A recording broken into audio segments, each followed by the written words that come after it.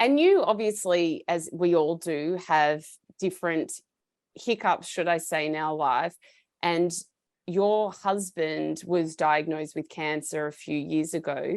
Can you tell us about that and how, I mean, you had such a busy, successful job. How did you navigate that time? Absolutely. My husband was diagnosed with prostate cancer. He's perfect. And that was about 12 years ago now. So we're in a really fantastic space. But my daughter was turning 14 on the day he had to have his emergency surgery. And I had never asked anybody to help me with my kids. My mom, of course. But Yes. I felt that, yeah, but I Always. felt that being strong, right, of course, always, I couldn't do it without my Yeah. mom. But I felt wrongly that being strong and being, a good friend meant never taking, only giving. And I prided myself on this strength. And I really felt that my relationships were actually equal and intimate, even though I never asked for anything and I only gave. Um, but when my daughter was turning 14 on the day of my husband's surgery, I had to ask a friend for the first thing I'd ever asked anybody, and that was to throw a birthday party for my daughter.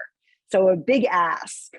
And to this day, my daughter will still say that was the best birthday party she ever had. She loved it so much. My friend Pamela Bell gave her the best party.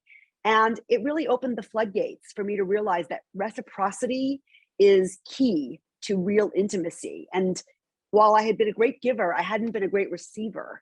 And that had created a distance with people because I didn't need anything and I didn't need anybody's help. And once those floodgates opened and my husband had to recover for quite some time, I mean, people were bringing me beautiful meals. And I mean, the things that I allowed myself to receive and feel worthy of were truly transformational. So, I think it's very hard for us as, certain kind of women who think that they have to do it all themselves and that if they need help, it's a form of weakness. And the opposite is true. The opposite is true. And people, when they love you, they want to be of service and they want to feel like they're needed. And I was keeping people from that until I had that lesson. Why do you think it took you that long to do that? It was a story I was telling myself. I had a limiting story. And the limiting story was that I am most valuable when I am useful to others. Mm.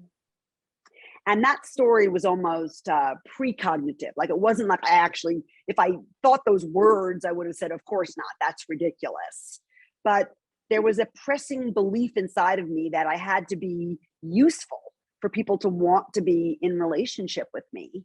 And it really took something as big as my husband's cancer for me to realize that I was actually keeping a distance between people who I loved and who wanted to love me, but I wasn't letting them, be reciprocal in that relationship. And so, I had to relearn stuff.